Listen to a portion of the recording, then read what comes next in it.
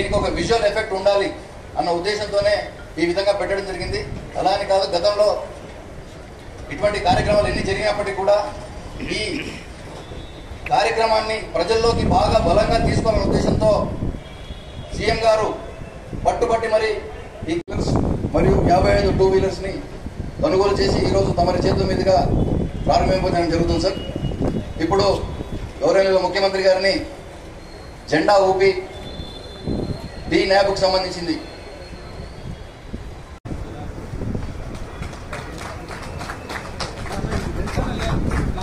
Police శాఖలో ఇటువంటి ఘట్టం చాలా అరుదైనది సార్. అటువంటి వాటికి ఈరోజు మీరు సాక్షిభూతంగా నిలుస్తున్నారు. డిపార్ట్మెంట్ అందరి తరఫు నుంచి కూడా ధన్యవాదాలు సార్. తెలంగాణ రాష్ట్ర ఏర్పడిన తర్వాత గత 10 సంవత్సరాలలో నూతనంగా ఏర్పడిన తెలంగాణ రాష్ట్రం సమాజంలో వచ్చిన మార్పు, బలహీనతను సొమ్ము చేసుకోవాలనే దురాశ పరుల నేపథ్యంలో ఈరోజు ఈ కార్యక్రమం ఇక్కడ ఇంటిగ్రేటెడ్ కమాండ్ కంట్రోల్ సెంటర్లో తెలంగాణ రాష్ట్ర డీజీపీ రవి గుప్తా గారు, Telangana anti narcotics bureau chief Sandeep Shandilya గారు, సైబర్ క్రైమ్ అధికారులు,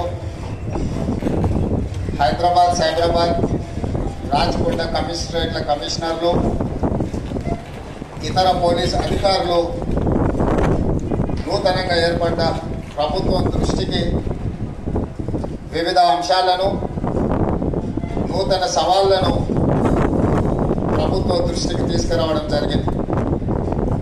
పోలీస్ వ్యవస్థలో CBCID, vigilance and enforcement, anti corruption bureau, grey hands, octopus, ఇలా వివిధ రకాల, హైదరాబాద్కు వస్తే టాస్క్ ఫోర్స్, సైబరాబాద్ అండ్ రాచకొండకు వచ్చినప్పుడు ఎస్ఓటి, ఇలాంటి వివిధ పోలీసులలో, పోలీస్ డిపార్ట్మెంట్లో వివిధ విభాగాలను ఏర్పాటు చేసి సమస్యలను ఎదుర్కోవడానికి, సమర్థవంతమైన నేరాలను నిర్మూలించే వ్యవస్థను మన పోలీస్ వ్యవస్థ ఏర్పాటు చేసుకోవడం జరిగింది. ఇప్పుడు ప్రపంచం ఆధునిక యుగం వైపు పరిగెడుతుంది. ఈ ఆధునిక యుగం వైపు పరిగెత్తే సందర్భంలో